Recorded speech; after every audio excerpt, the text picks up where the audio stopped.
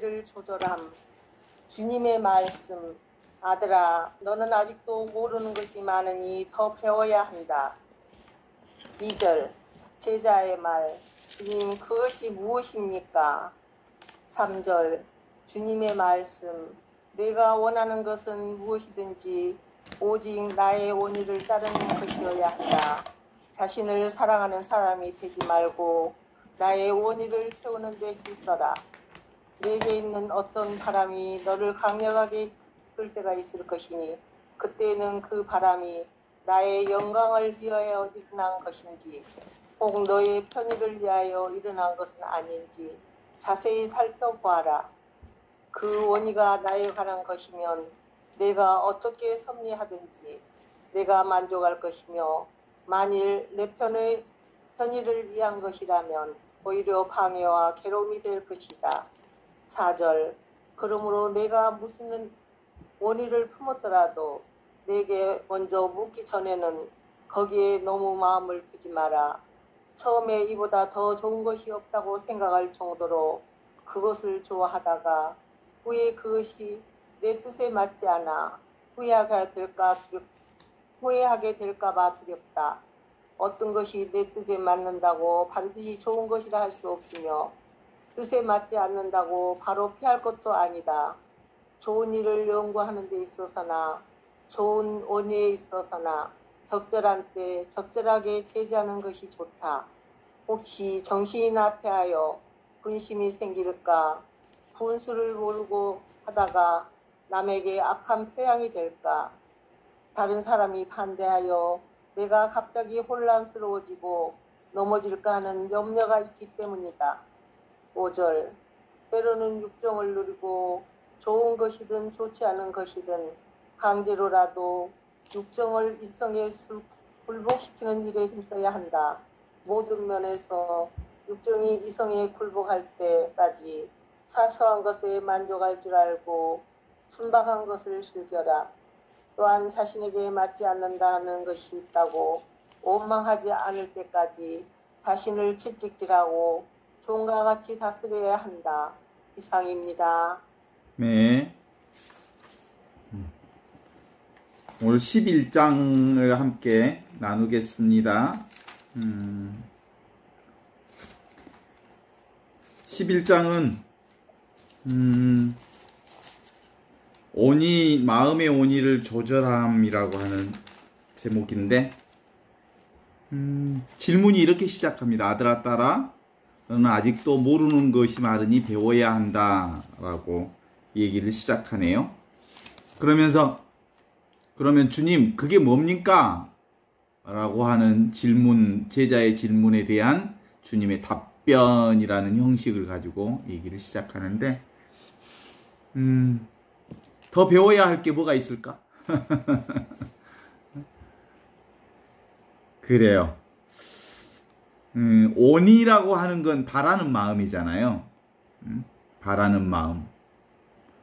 이제 실제로 우리 인간 안에 바라는 마음이라고 하는 것은 실제로 그건 내가 따로 있다는 생각이 있으면 바라는 마음이 있죠.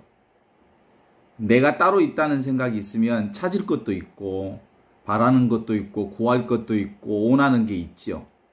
그런데 실제로는 이미 내가 바라는 모든 것이 이 땅에 다 이루어진 그것.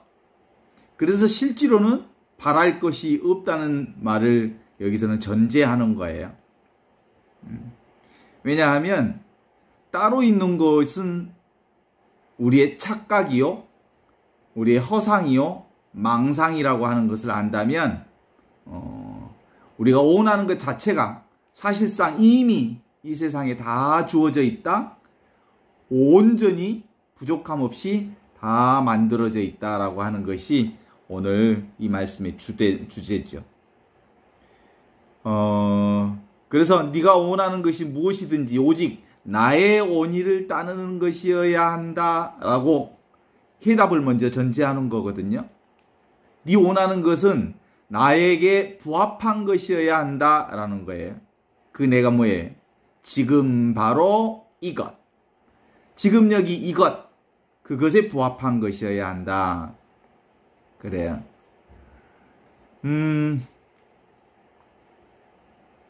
거울을 보면, 거울에 뭐 따로 있는 게 없지요. 거울은 그냥 있는 그대로 그것을 비추지요. 거울이 사실은 주님의 원하시는 것인데, 있는 그대로 거울은 모든 있는 것을 비춰지는 그거거든요. 그래서 자신을 사랑하는 사람이 되지 말고 나의 원의를 채우는 데 힘써라 라고 얘기를 하죠. 지금 바로 이것이 하느님의 영, 성령으로 주어진 지금 바로 이거거든요.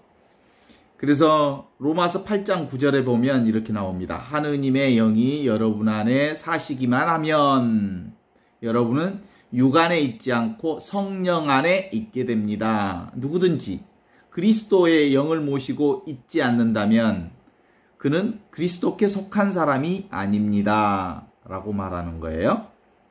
실제로 우리는 육으로 존재하지 않고 영으로 존재하는 사람들이잖아요. 그죠? 그 영이 그리스도의 영으로 존재하는 사람들인데 우리는 늘 이 육신이 따로 있다는 생각을 하는 순간 영의 존재로부터 멀어지게 되는 거거든요. 고린도전서 6장 11절에 보면 이렇게 얘기합니다. 여러분 가운데도 이런 자들이 더러 있습니다. 여러분은 주 예수 그리스도의 이름과 우리 하느님의 영으로 깨끗이 씻겨져 있습니다. 그리고 거룩하게 되었고 이미 그리스도를 통하여 의롭게 되었습니다. 그래요. 그리스도를 통해서 온전히 모든 것이 있는 그대로 지금 이대로 온전하게 하느님의 현존이 드러나 있다는 사실을 기쁜 소식을 통해서 이 세상에 밝혀졌습니다. 아무것도 부족함이 없이 온전히 세상에 다 드러나 있다는 사실, 이 기쁜 소식을 그리스도 예수를 통해서 보여주셨다는 거예요. 그래서 우리의 원의를 채우는데 자신을 사랑하는 사람이 되지 말고 나의 원의, 하느님의 뜻에 따라 살도록 힘써라 라고 하는 것을 전제하는 거거든요. 나의 사랑하는 사람, 자신을 사랑하는 사람이 뭐예요? 실제로는 내가 따로 있다는 것, 그것은 뭘 만들어내냐면 생각을 만들어내요. 생각으로 만들어진 그 모든 것들은 사실 실제가 아니고 가짜예요. 가짜. 무엇만 진짜냐면 바로 그리스도의 영에 따라 사는 그것, 하느님의 현존만이 온전한 진실이고 진리거든요. 내게 있는 어떤 바람이 너를 강력하게 이끌 때가 있을 것이니 그때 그 바람이 나의 영광을 위해 일어난 것인지 혹은 너의 편의를 위해 일어난 것인지를 자세히 살펴라. 그의 원의가 나에 관한 것이면 내가 어떻게 승리하든지 네가 만족할 것이며 만일 네 편을 위한 것이라면, 네 욕망을 위한 것이라면 오히려 방해와 괴로움이 될 것이다 라고 말씀하시죠. 그래서 그러므로 내가 무슨 원의를 품었더라도 내게 먼저 묻기 전에 거기에 너의 마음을 두지 말아라.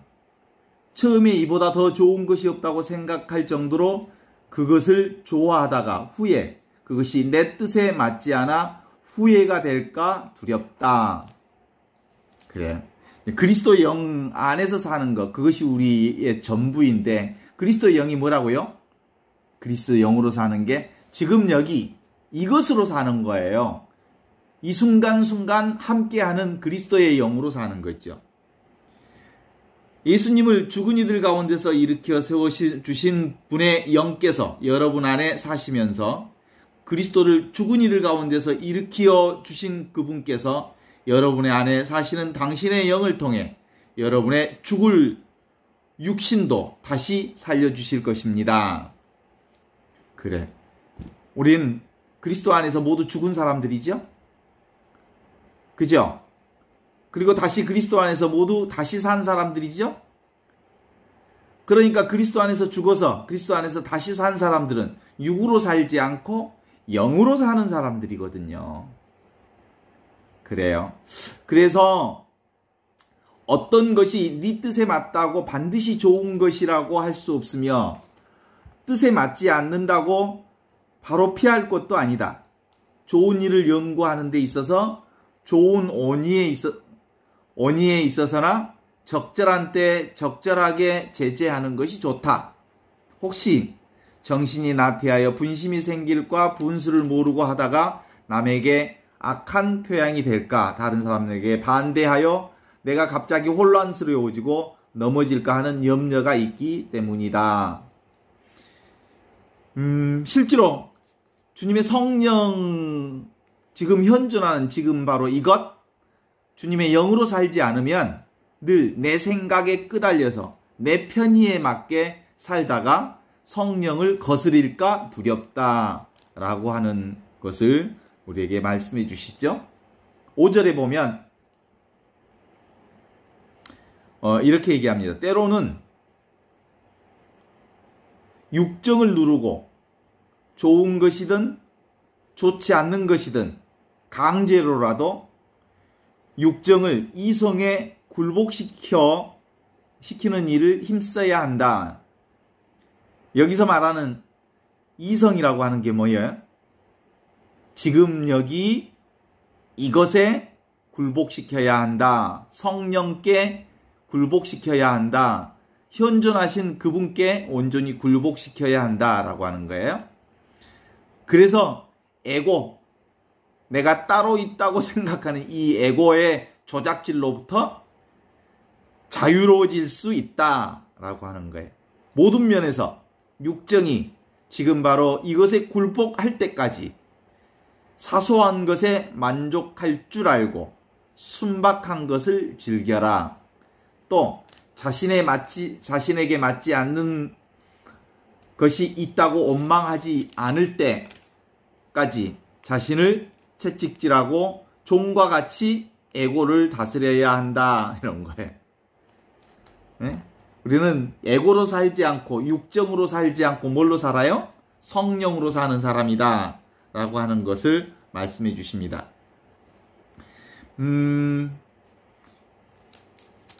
루카복음 4장 18절에서 19절의 말씀을 다시 한번 상기시키지 않을 수가 없는 것이 그렇습니다.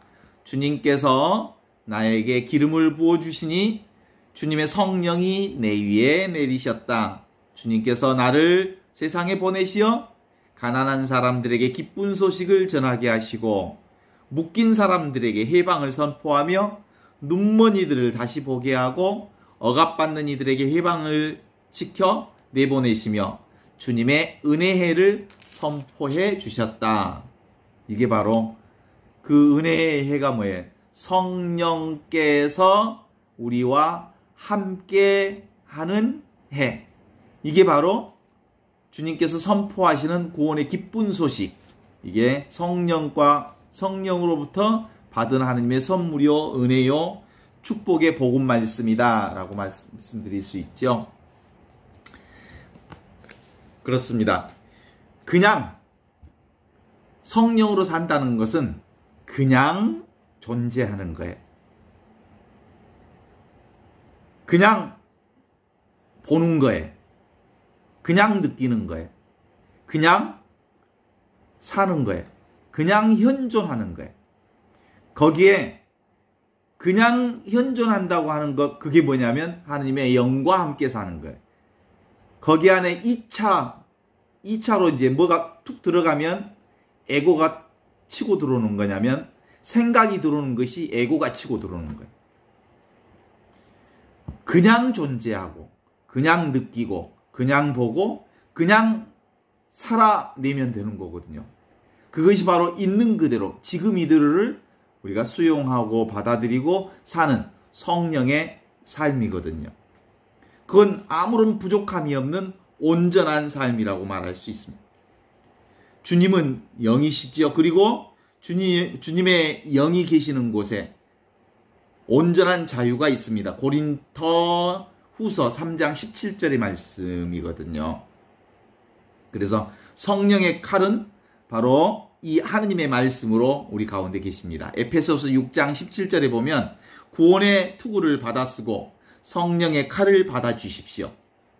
성령의 칼은 하느님의 현존의 말씀입니다. 요한복음 5장 6절에서 8절의 말씀으로 다시 한번 그 말씀을 확인해 보겠습니다. 그분께서는 바로 물과 피를 통해서 세상에 오신 예수 그리스도이십니다. 물이 아니라 물과 피로서 오신 것입니다. 이것을 증언하시는 분은 성령이십니다. 성령은 곧 진리이십니다. 그래서 증언하는 것이 셋입니다. 성령과 물과 피인데 이 셋은 하나로 현존하십니다. 예수 그리스도의 피로서 우리에게 증언해 주신 그것이 바로 지금 바로 이것 현존하는 하느님의 영이라 말씀하십니다.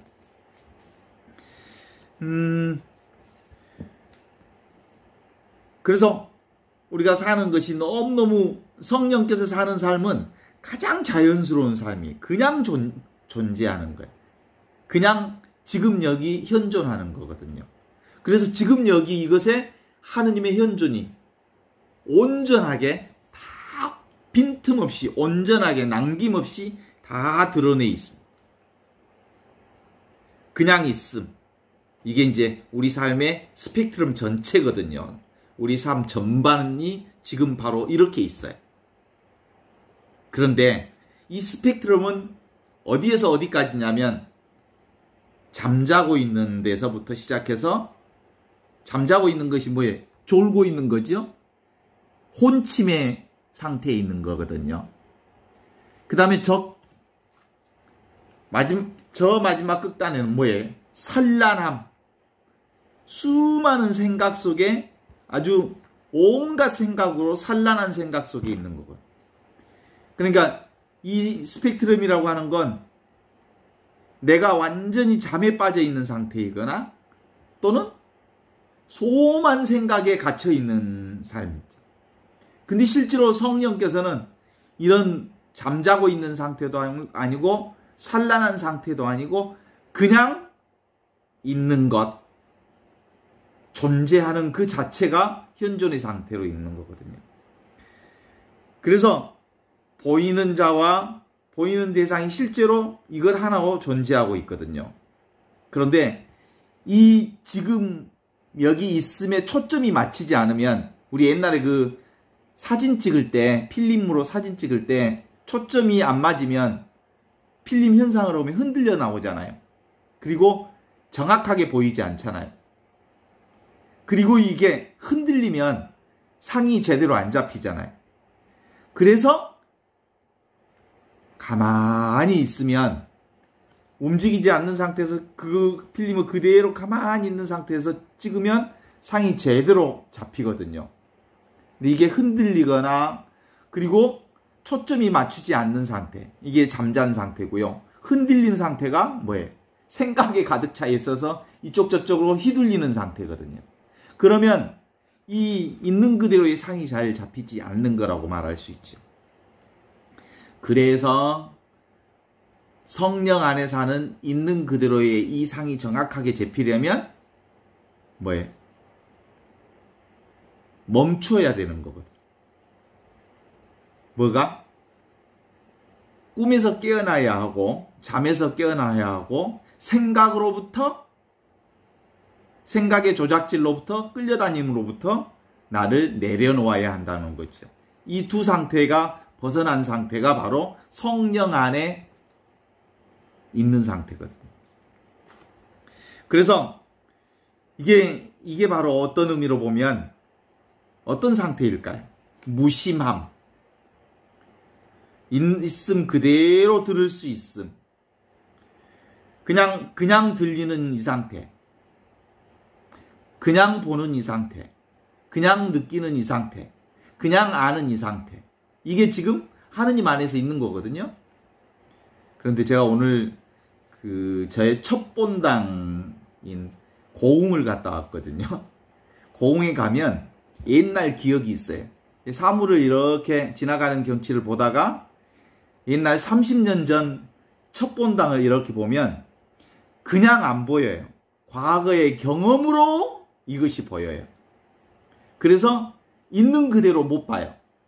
그 사건 속에서 이것을 보게 되는 거거든요.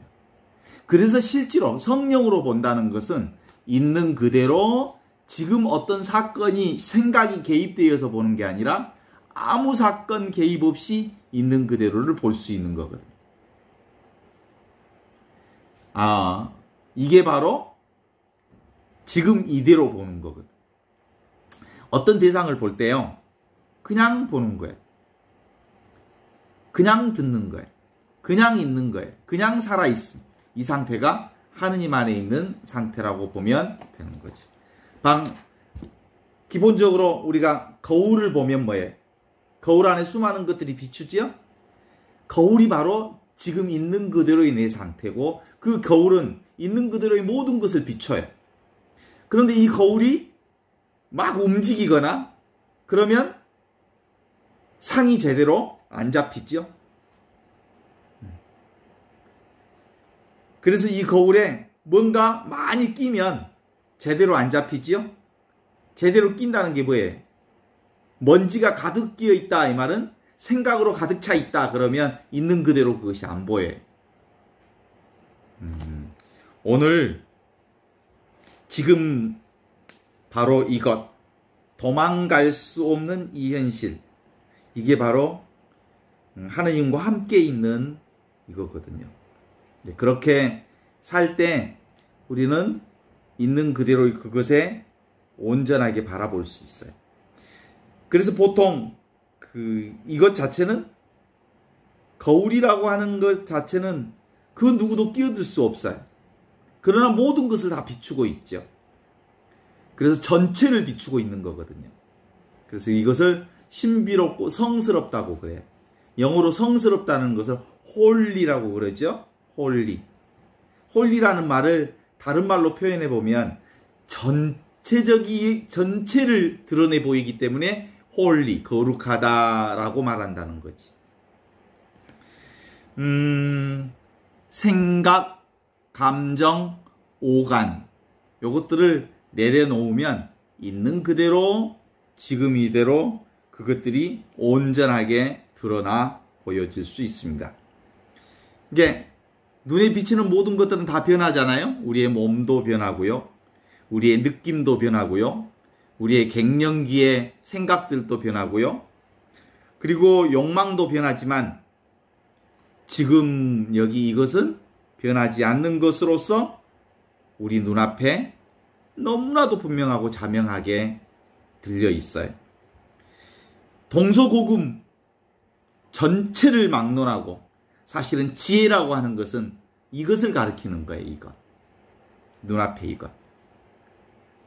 제가요, 10년의 신학생 생활에 신학 공부를 했는데, 그리고 30년의 사제 생활을 했는데, 사실 무엇을 공부했냐면 지금 여기 이것을 공부한 거예요.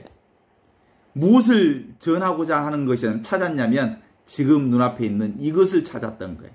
이것이 바로 신비의 그거거든요. 근데 놀라운 것은 내가 평생 그렇게 공부했던 그것이 지금 여기 이거라고 하는 것이어서 너무 허무하지 않아요? 네? 그렇게 공부할 것이 아닌데도 불구하고 딴 데 40년 동안 헌물을 켰다는 게 참 희한하잖아요?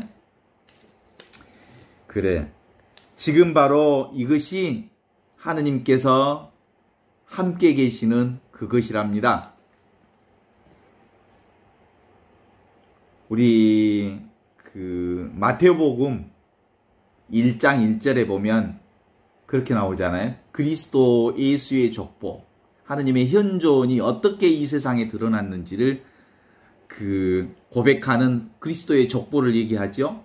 아브라함은 이삭을 낳고, 이삭은 야곱을, 야곱은 유다를 이렇게 낳고 계속 낳고 하다가 나중에 뭐라고 그래? 요셉이 마리아를 만나 예수를 낳는 장면을 얘기하잖아요. 그때 뭐라고 합니까? 예수께서 마리아가 예수를 만났는데 동정녀가 잉태하여 아들을 낳으리니 그의 이름을 예수라 하여라.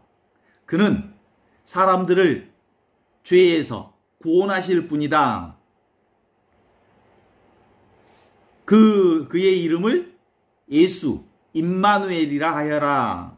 임마누엘은 하느님께서 우리와 함께 계시다고 하는 말이다 라고 하는 얘기예요. 하느님의 현존으로 우리 눈앞에 오신 그분이 바로 누구예요? 예수 그리스도, 예수님. 그분이 하느님께서 우리와 함께 계시러 오신 임마누엘 하느님이신 거예요. 그분이 지금 여기 우리와 함께 계셔요. 어디에 계셔? 지금 여기 이것에. 이게 전부예요. 그래서 우리는 이미 이 안에 살고 있잖아요. 지금 바로 이것이 의심할 여지 없는 하느님의 지혜로 온전하게 자명하게 드러난 이거예요. 늘 변함없는 하느님의 현존. 얻을 수 없는 의식인데 본래 상태인 그것을 예수 그리스도의 현존을 통해서 지금 우리에게 보여주시는 그거거든요. 근데 그게 뭐라고요? 이미 있어. 그냥 존재하는 거예요. 그냥 듣는 거예요. 알아차리는 거예요. 이것이 생각 이전의 것이고 이것에서 생각이 일어나고요. 이미 도달한 이것이 나이고요. 본래 구원된 나, 현존하신 그리스도 예수 그분이 지금 여기 우리와 함께 계시는 나예요. 나와 예수가 따로 존재하지 않거든요. 예수님이 따로 계셔요? 아직도 예수님이 따로 있고 내가 따로 있다면 이건 온전한 하느님의 신앙을 우리가 살지 못한 거예요. 마태복음 1장에 얘기하는 임마누엘 하느님의 선포가 우리에겐 아직도 요연한 신앙으로 남아있다고 하는 거죠. 지금 바로 이 이상이 가능해요? 언제나 이 자리에 돌아와야 합니다. 똑같은 자리가 이 자리에 예수님의 그 자리가 지금 이 자리고요. 천지창조 이전의 그 자리가 지금 여기 이 자리고요. 늘 함께하는 그 자리가 지금 이 자리라는 거예요. 동의하십니까? 얼마나 간단한 얘기예요? 그러니까 우리가 이빨이 아파. 왜 아파요? 그러면 우리가 실제로 이빨이 아플 때는 일반적으로 요즘에는 인터넷이 아주 발달해가지고 어디 아프면 요즘에는 젊은 사람들이 네이버에 검색으로 들어가요. 치통. 이 치통이 왜 원인이 되는지 찾아요. 제가 배가 아플 때도 왜 이 배가 아픈지 먼저 인터넷 들어가고 네이버에서 이런 증상이 있는데 이게 왜 아플까 이렇게 찾아내요. 그렇다면 그 다음에 검색한 다음에 이제 병원에 가서 이것을 치유하잖아요. 그런 것처럼 실제로 병원에 가서 치유받고 다시 아프기 전에 상태로 다시 돌아오죠. 언제나 나와 함께 계시는 그분 안에 다시 돌아오게 돼요. 그러니까 아프기 전 상태로 지금 돌아왔어요. 제가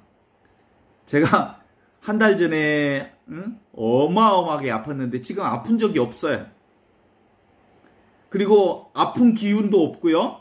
온전히 정상 상태로 돌아왔어요. 그 정상 상태는 아프기 전 상태. 근데 사실은 아픈 중에도 지금 여기 이것은 변함없이 있었어요. 함께 하셨어요. 임마누엘 하느님이 나와 함께 현존하고 있었던 거거든요. 그러니 실제로는 어떤 상황에서도 지금 여기 이것이 떠난 적이 있었나요? 없었잖아요. 이건 내가 태어나기 전에도 있었고 지금도 있고요. 아플 때도 있고요. 그게 임마누엘 하느님이에요. 그분이 지금 우리와 함께 계시는 그 자리가 지금 여기 이 자리에 이 전체 가장 궁극의 가르침, 신과 인간이 하나 된 자리. 그래서 오직 예수라는 말을 우리가 그렇게 자주 쓰면서도 우리 머릿속으로는 예수가 따로 있어요. 현존하신 지금 우리와 임마누엘 하느님으로 함께 계시는 예수를 늘 따로 생각해요. 예수님 따로 계시죠? 그게 나와 온전하게 임마누엘 하느님으로 결합되어서 개합되어서 온전히 임마누엘 하느님으로 함께 계시는 그분을 살지 못하고 있다는 증거가 우리의 생각으로 둘로 만들었던 그거지요. 그게 사실은 예수 그리스도의 현존과 함께 산다는 말은 뭐냐면 가장 평상심의 상태로 사는 거예요. 아무런 특별할 게 없어요.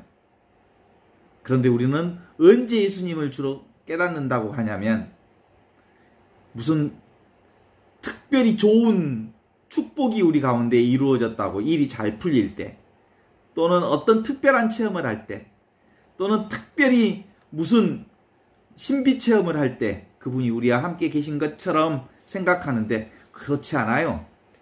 임마누엘 하느님으로 오신 현존하신 예수님은 늘상 우리와 함께 계시잖아요. 동의하십니까? 안 하십니까? 그래요. 이 아무것도 아닌 것이어서 너무 무시하고 쉽게 생각하잖아요. 에이, 그분이 어떻게 나와 함께 계실 리가 없어.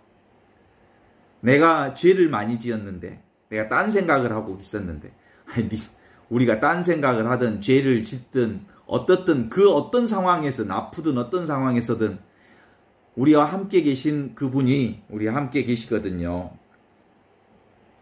가만히 있어서 우리 못함이 없는 것.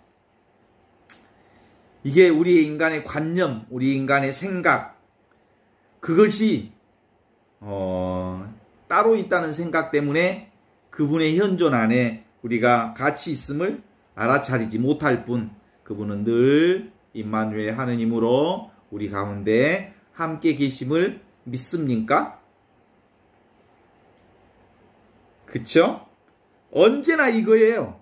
언제나 이거였고 항상 이 하느님이 우리와 함께 계셨고 이 임마누엘 하느님과 함께 사심을 우리는 의심하지 않으면 실제로 그분이 우리 가운데 우리 안에서 그분의 삶으로 인도하심으로 살고 있어요. 우리가 가끔 꿈을 꾸죠. 꿈을 꿀 때 내가 꾸는 것을 언제 꿈을 꾸는지 아나요? 꿈 꿀 때? 나도 모르게 꿈이 금방 오지요. 또 꿈을 깰 때 꿈을 깬다는 것을 아나요? 느닷없이 꿈이 오고 꿈이 사라지죠. 우리의 인생도 우리의 생각이나 그리고 우리의 삶 전체도 내가 생각하려고 해서 생각이 오는 게 아니라 느닷없이 어떤 생각이 왔다가 어떤 생각이 나아가지요. 나하고 상관없어요. 그런데 현존하시는 지금 바로 이것 하느님의 현존은 한 번도 우리로부터 벗어난 적이 없어요. 나로부터 사라진 적이 없어요. 언제나 지금만 있어요. 언제나 이 순간만 있어요. 그래서 임마누엘 하느님 그리스도 예수와 함께 있는 사람은 시간이라는 것은 원래 없는 것이라는 걸 알아요. 시간은 누가 만들어낸 조작질이에요? 인간의 생각이 만들어낸 거예요. 사실은 시간이란 없어요. 이 순간만 있거든요. 이것만 있거든요. 그래요, 안 그래요? 지금 여기 이것이 바로 하느님의 영이에요. 이게 바로 성령이에요. 성령은요, 우리에게 뭔 특별한 것을 보여주시는 분이 아니거든요. 일상 자체가 모두 다 빈틈없이, 아무런 빈틈없이 모두 다 하느님의 현존으로 우리 가운데 계시다고 하는 것을 알려주시는 분이 성령이시거든요. 그런데 우리 머릿속에는 자꾸 성령을 받아야 한대요. 성령을 받고 성령과 함께 살고 있으면서 뭘 받아요? 항상 있으면서. 근데 이 생각의 조작질이, 생각이 다른 생각을 하고 있으면서, 망상을 하고 있으면서 허상을 품고 있을 뿐이라는 거죠. 그래요. 지금도 한번 생각해 보면 10년 공부 하느님이 따로 있을 거라고 늘 그렇게 열심히 공부했어요. 사목생활도 특별히 하느님이 따로 있을 거라는 착각들이 꽤 많았어요. 그런데 알고 보니까 하느님이 따로 있지 않았어요. 늘 지금 여기 내 눈앞에서 나 가운데 함께 있었어요. 그래서 있는 그대로 나를 비추어주는 거울처럼 늘 그렇게 있었어요. 그래서 이 하느님은 모든 것을 다 비춰줘요. 아무것도 거절함 없이 다 비추고 있는 이거예요. 그러니까 내가 보는 모든 것이 뭐예요? 하느님의 현존이에요. 하느님의 그것을 다 비춰주시는 그거예요. 그러니까 실제로 우리의 신앙생활은 결코 둘이 아님을 체험하는 것이죠. 보는 이것과 보여지는 대상이 따로 존재하지 않다, 하나로 늘 함께 있다라고 하는 겁니다. 그래서 거울에 보이는 세상과 그리고 이 본성, 비춰지는 그 본성은 둘이 아니라 하나다라고 하는 것을 우리가 알아차릴 수 있습니다. 그래서 우리는 늘 무엇만 보면 될 수 있을 것 같아요? 무엇에 집착하지 않기만 하면 돼요. 모양에. 그래서 그것에 머물러 있지 않고 그것은 흘러가는 것임을 아는 이것에 머물러 있어요. 지금 바로 이것에 머물러 있는 것. 그것이 바로 성령 안에 사는 삶이라고 말할 수 있거든요. 그래서 그분의 성령 안에서 사는 삶을 이렇게 얘기합니다. 우리는 세상의 영이 아니라 하느님에게서 오시는 영을 받았습니다. 그래서 하느님에게서 우리에게 주신 선물을 알아